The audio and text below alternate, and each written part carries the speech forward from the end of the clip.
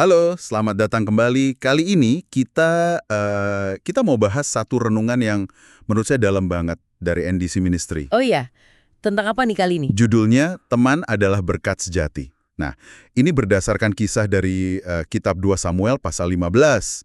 Kita mau coba gali gimana sih kehadiran orang lain itu bisa jadi kekuatan besar, apalagi pas kita lagi susah gitu. Menarik.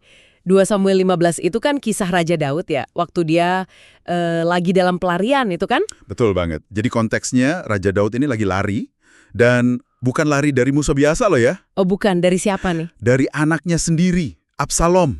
Dia bikin kudeta gitu. Bisa bayangin nggak? Banyak orang yang dulu dukung dia, malah berbalik ngelawan. Wah itu pasti situasi yang sulit banget ya, udah jatuh tertimpa tangga istilahnya. Bukan cuma soal tahta, tapi nyawa juga kan taruhannya. Persis, kondisinya genting banget, penuh keputusasaan lah pokoknya. Tapi di tengah situasi yang kayaknya gelap banget itu, justru ada sisi menarik yang diangkat di renungan ini ya. Iya, gimana tuh? Munculnya sosok-sosok yang justru nunjukin kesetiaan yang luar biasa.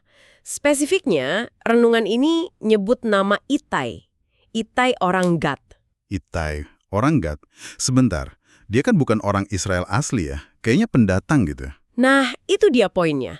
Dia bisa dibilang orang baru buat Daud, tapi dia milih buat tetap setia.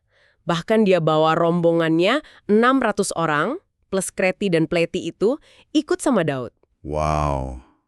Padahal Daud sendiri udah bilang kan ke Itai, udah kamu pulang aja gitu kan, kayak nggak tega nyeret dia ke masalahnya. Iya, Daud udah pasrah gitu kan. Tapi jawaban Itai ini, wah ini yang dikutip di renungan. Keren banget.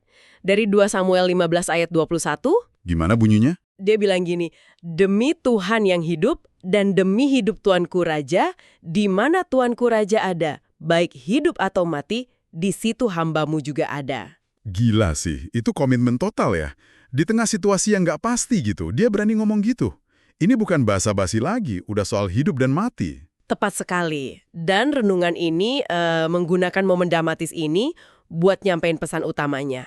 Bahwa orang-orang kayak Itai ini, Yang setia pas semua kayaknya runtuh, iya, apalagi datangnya nggak disangka-sangka kan, itu dilihat sebagai kayak wujud nyata kasih Tuhan gitu, penghiburan di tengah duka. Mereka lah yang disebut berkat sejati. jadi kehadiran mereka itu ngasih kekuatan ya, kekuatan buat bertahan. Betul, kekuatan yang fundamental, karena seringkali nggak kita duga datangnya dari siapa. Nah, ini langsung aja kita buat refleksi nih. Buat Anda juga pendengar, coba deh pikirin, siapa aja ya sosok Itai dalam hidup kita? Iya juga ya, orang-orang yang milih ada di samping kita, nemenin pas kita lagi jatuh, lagi kena badai gitu. Tanpa pamrih ya, seringnya, renungan ini ngajak kita buat berhenti sejenak, buat ngenalin mereka.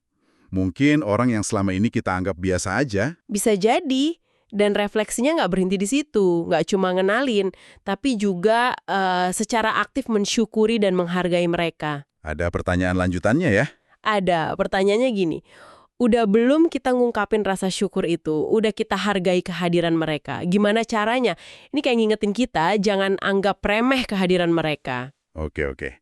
Makanya di renungan ini ada bagian praktisnya juga ya, yang harus dilakukan. Iya, ada saran konkretnya, simple kok, tapi dampaknya bisa besar. Apa tuh contohnya? Ya, menghargai berkat itu. Betul, cara konkret buat bilang, kamu berarti buat aku. Ada kutipan bagus juga kan di bagian hikmat hari ini? Ada, ini bagus banget. Di tengah badai, Tuhan tak selalu meredakan angin. Kadang, ia mengutus pelabuhan, Pelabuhan. iya, yaitu orang-orang yang bertahan, menemani dan menguatkan.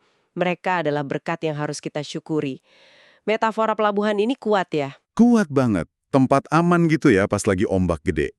Orang-orang itu jadi pelabuhan kita. Persis. Nah, ini jadi pemikiran penutup yang menarik nih buat Anda semua.